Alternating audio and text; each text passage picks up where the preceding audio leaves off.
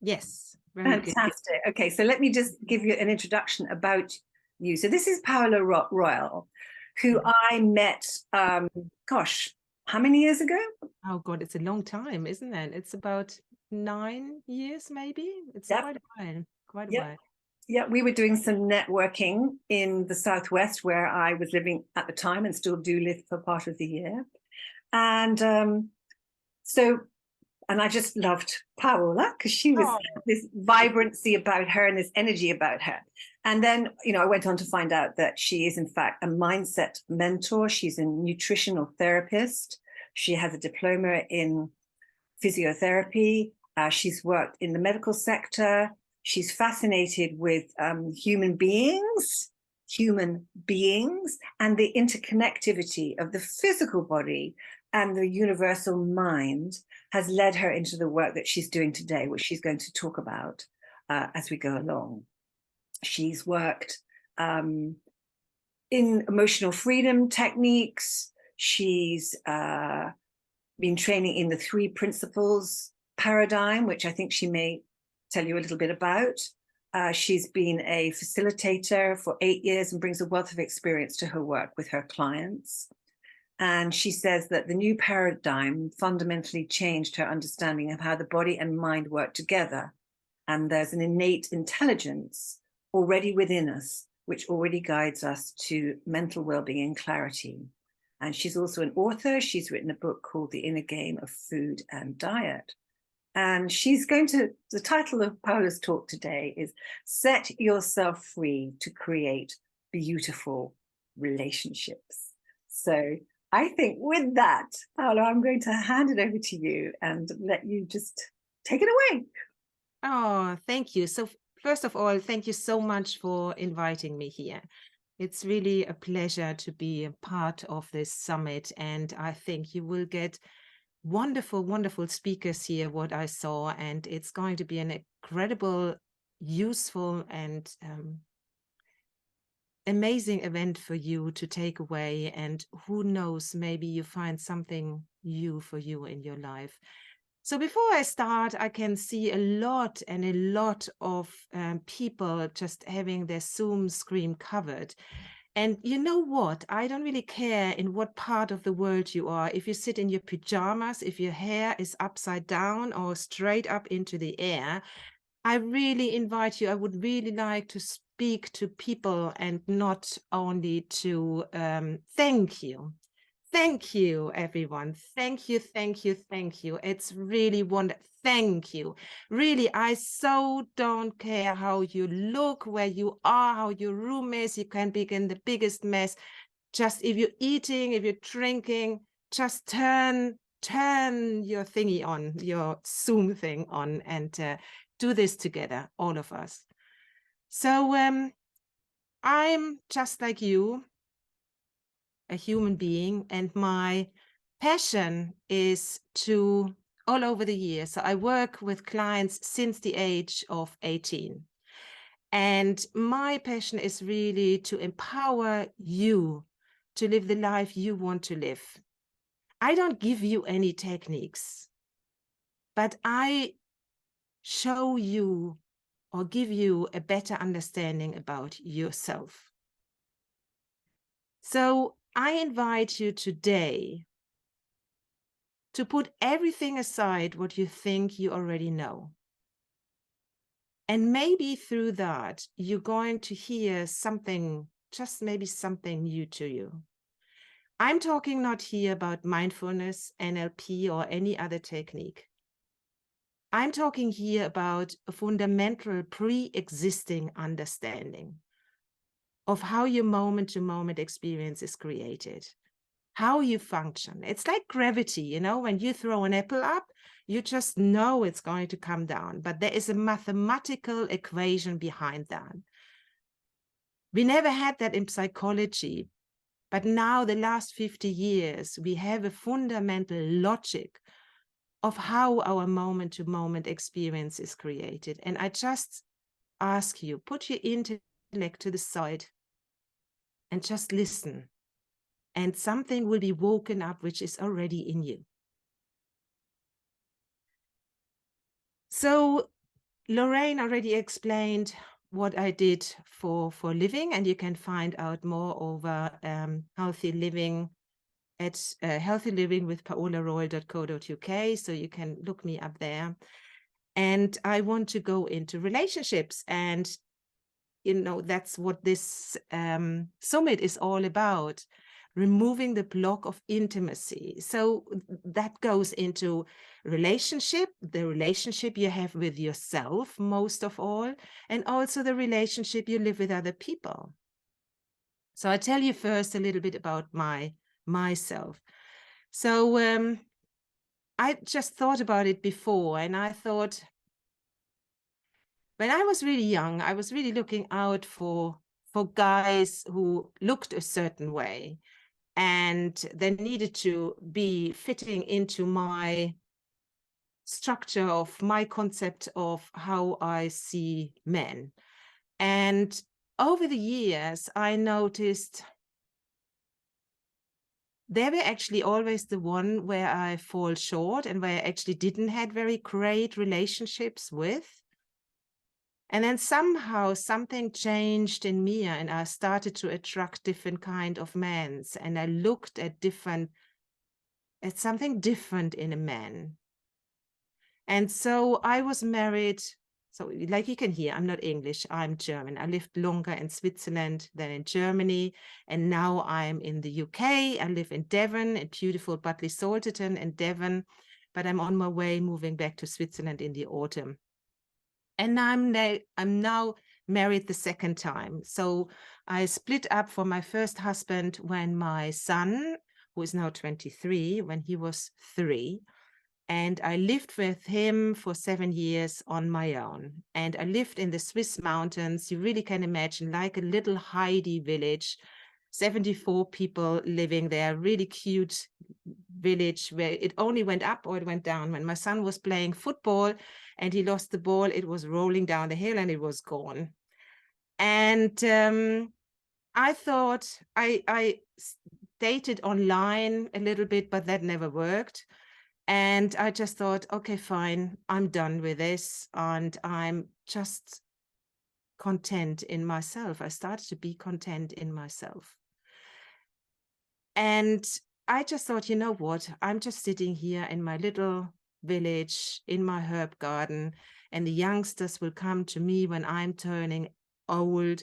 And I'm just talking to them about love and listen to their love life. And that is going to be me.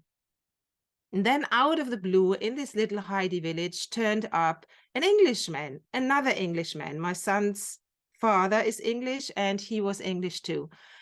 And so now we moved then in 2010 together to the UK, and I'm living there now with him for the last 13 years. Since then, I came to this 3-principle paradigm understanding. Like I said, it's a fundamental understanding, and I'm going to talk about that in a moment a little bit more. But my relationship was always beautiful with my husband, but I still had slight frustrations sometime later in the relationship about us when we went for walks, but I'm also coming to that a little bit later. And since I came to this understanding, my relationship just changed in the most beautiful way. And my husband's, work and all our life just changed in the most beautiful way. And that's what I want to pass on to you today. And maybe you can take something with you here. So first of all, what I want you to remind, nothing on the outside changed. I didn't have to do anything. But what changed was my attitude to life changed. Something in me changed. And through that, I was open to be on my own, to have some fun, but also when something comes into my life, I'm able to open up and be there. So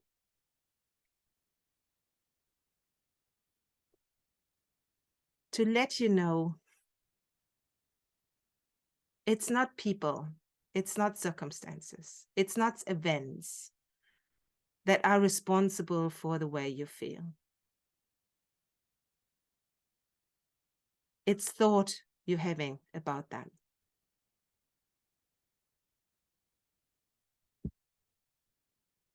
There is this trinity of divine mind, divine thought, divine consciousness, through which we experience life, this neutrality, which is the gift which is supporting us, carrying us through life.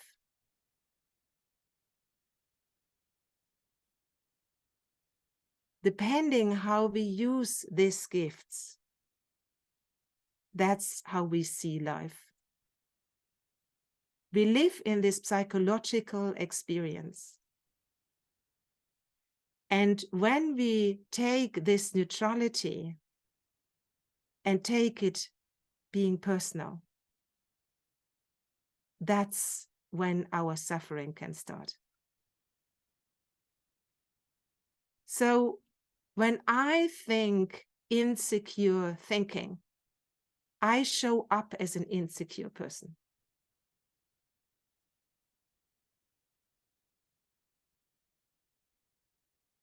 When I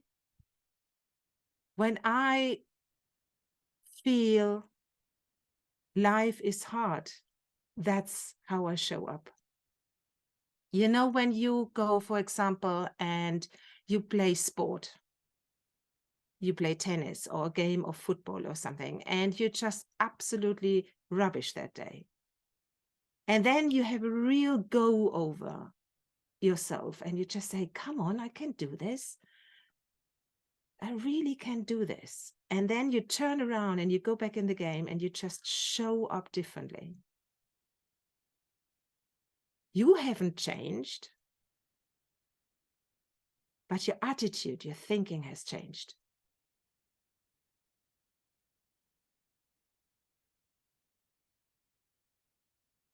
And that's really the fundamental part of how our moment-to-moment experience is created. So whatever you experienced in the past,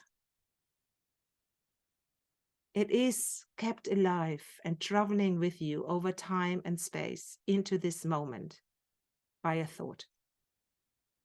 By a thought.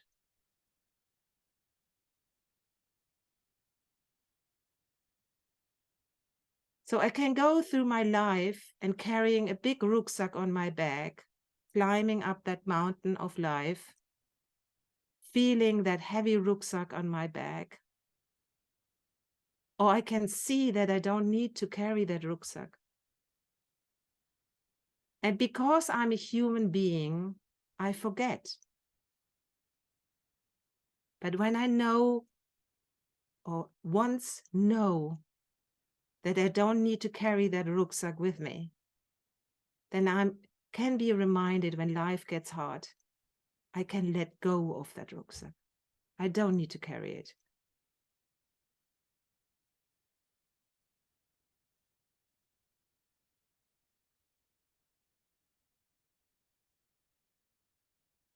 So I can go through life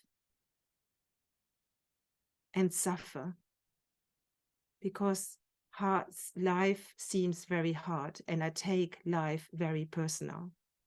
And we do that. You are a spiritual being having a human experience. And you have the ability to see that you do that. That you do that. So in that moment when life seems very hard, I take it very personal. Life is neutral, completely, utterly neutral. But what we're doing out of it, it's individually different. Why? Because that's how we see life in that moment. We want maybe life a different way.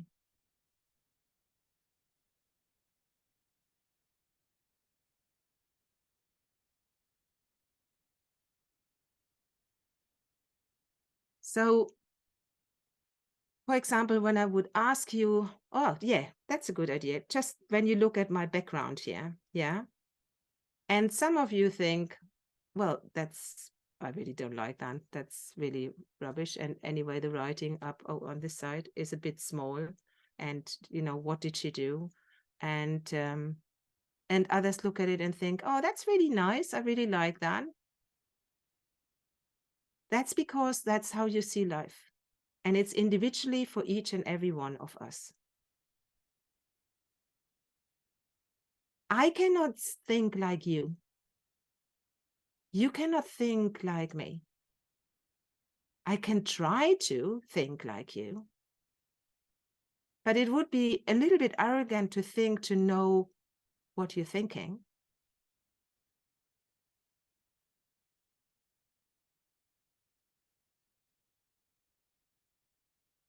It is impossible for me. And when I can live my relationships knowing that it's impossible for me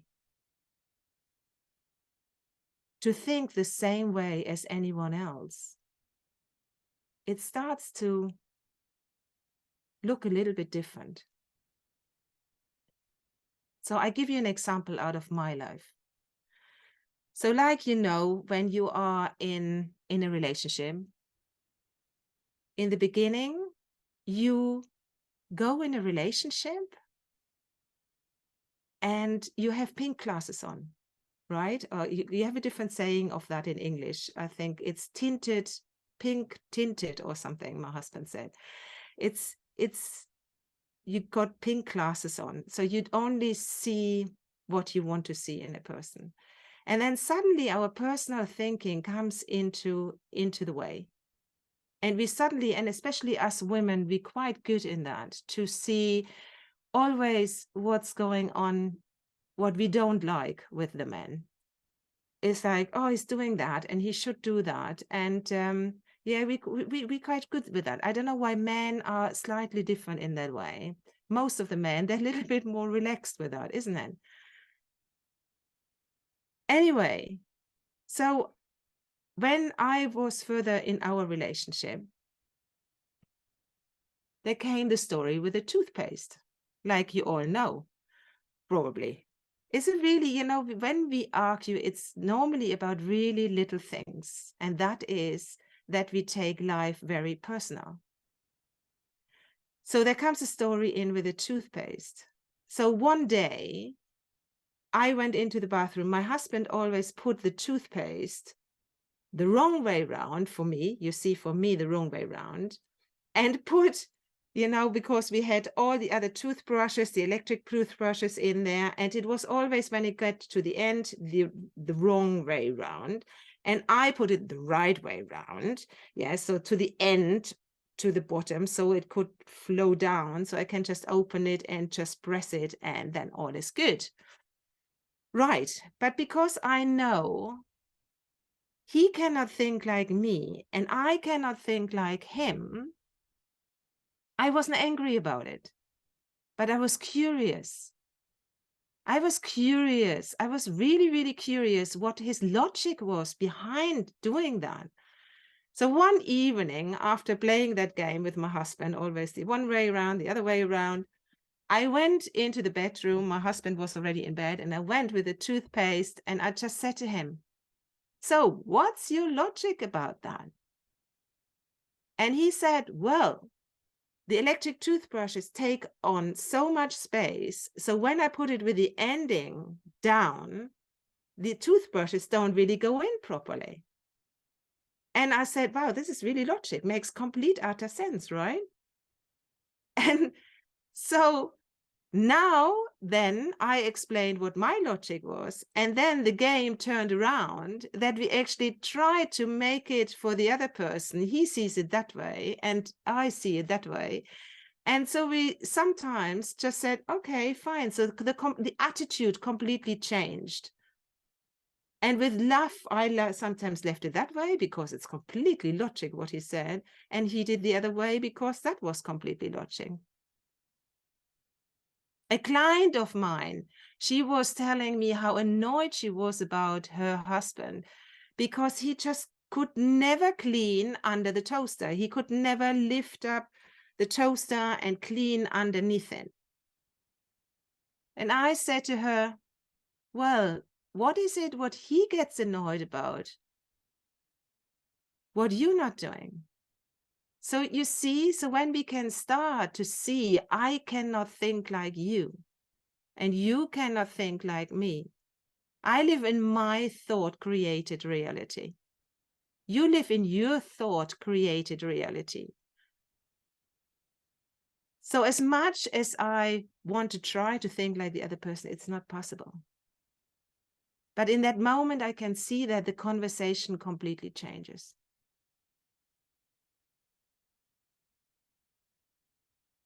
I don't need to try to make the other person take on my opinions. There's no need anymore. But I get more curious. Why is he thinking that way? What is it for him?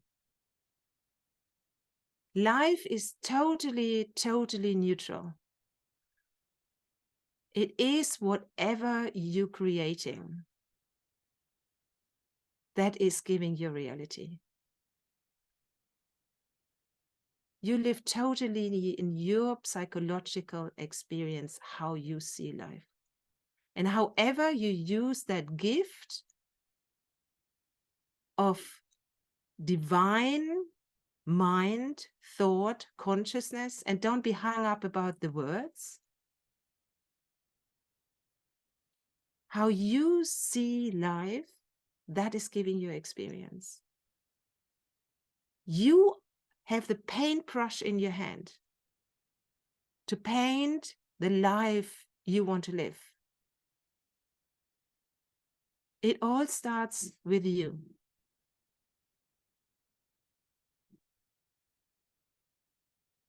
So now when I have someone in my life who is behaving a way which is not really that great in our mind, it is really helpful to know that it has nothing to do with you. Nothing. There is something going on in that person's life, and however that person is treating you is his frustration because he cannot see that his happiness starts with himself, that his happiness comes from himself or herself. There is some kind of frustration in that person, and because we are conditioned to think that people, circumstances are responsible for the way we feel, they let it out on someone else. When you see someone in the street who's driving along and is really unfriendly, beeping the horn in the car and have whatever, they probably had a bad day. It has nothing to do with you. And in that moment, you can see that. You can sit in peace and you don't have to take responsibility for that for you. You only responsible for your happiness. And your happiness is one thought away. One thought.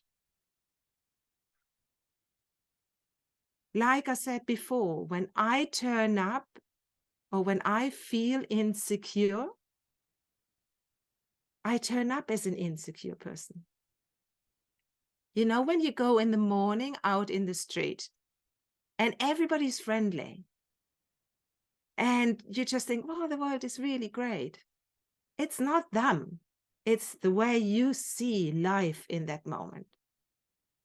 And then the next day you go the same way and you don't really see the people around you and everybody is a little bit grumpy and I don't know, it's just not right. It's not them and it's not the weather. It's not anything. It's your thinking has changed.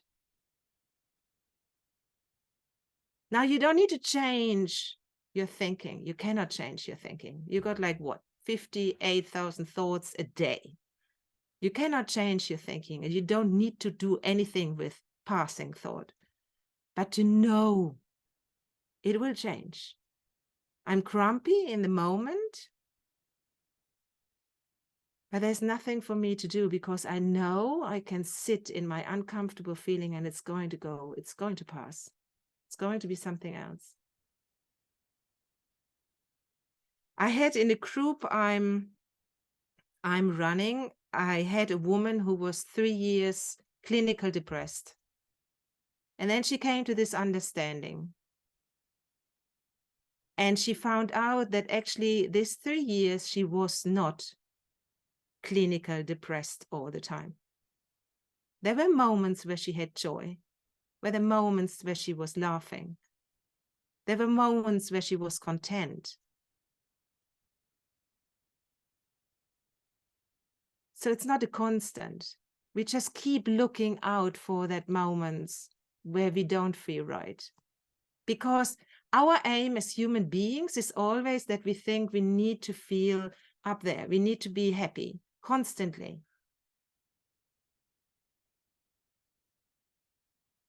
But life is an up and a down.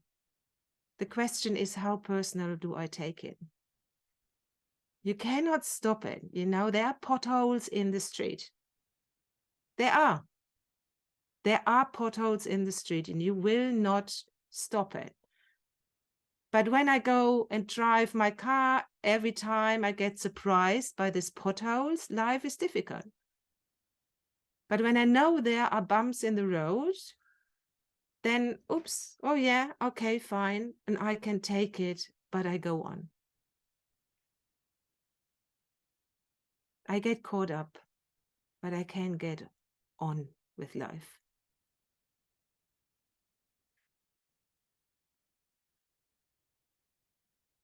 So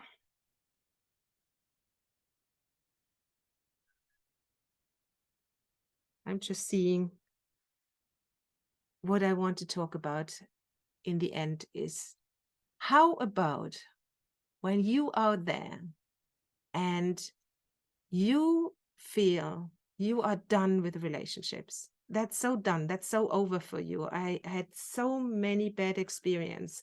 I never want to go there again. You can see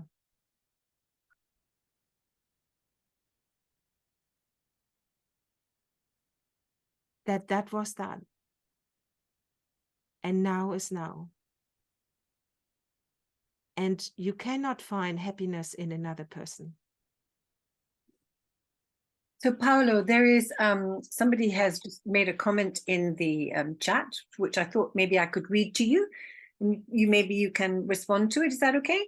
Yeah, can I just finish my talk and then I answer questions if that's okay? Yes, I think we still got time. Oh, it's already 36. So I just rounded up. Sorry, I just rounded up. So I just want to invite you to see that happiness starts with yourself. And how about you go out there instead of trying to find someone? You just go out there and have some fun, find some mates, and see that happiness starts within you, not searching for it in another person. And then see what life unfolds and just have fun on the way. Right. So what was the question, Lorrayn? Thank you so much, Paola. Thank you. It's great to hear you sharing. It wasn't so much a question, but I think it's a question. So from Garrett, he says that, yes, our internal world reflect back. It's hard to change, though, when negative thought patterns have been running for a long time. And I just wondered what you could say to that. We all have it. It's in that moment when I live in a simple, innocent, very, very innocent misunderstanding how life works. I happen to see in that moment life very personal, very personal. And that is okay, because we are getting caught up in and lost in how we want to see life, how it's working and how we want it. You know, the biggest thing is we always want to feel happy. How about we stop wanting to be happy? You know, we always think the achievement is happy, but feeling not good and feeling low, that is something which is not okay. But like I said before, there are potholes in the street and life is an up and a down. It is constantly changing, but it's never constant. You cannot change your experience. You cannot change your thinking. You can try. When I try to think positive all the time, it is hard work because I add a lot of judgment on my mind when I don't achieve that. It's like, look, others, they're always happy the whole time, but I'm the one who is constantly depressed, and I compare myself constantly to others. But how about they live in their thought-created reality? They live in their life. I live in mine. And I know it's going to change. You know, you feel maybe not very well, you maybe feel bad, but then you watch a funny film and you're laughing. So it's not constant. But you concentrate on the stuff which is not feeling well. So I leave it with that. If you want to hear more, please get in touch with me. I offer each and every one a 1-hour free consultation. Thank you. Thank you so much, Paola. So yes, I wanted to just say that to everybody, that Paola is offering a free 1-hour coaching session. And a lot of the mentors and the teachers and the coaches today will also be doing that, or they will be offering some other free thing. So what you could give yourself, folks who are here today, is to take up these possibilities. You know, get the details. They're in the chat now. And I will also be messaging everybody. At the end of the day, we will be messaging everybody with all of the contact details and the free gifts and everything from the whole of the day.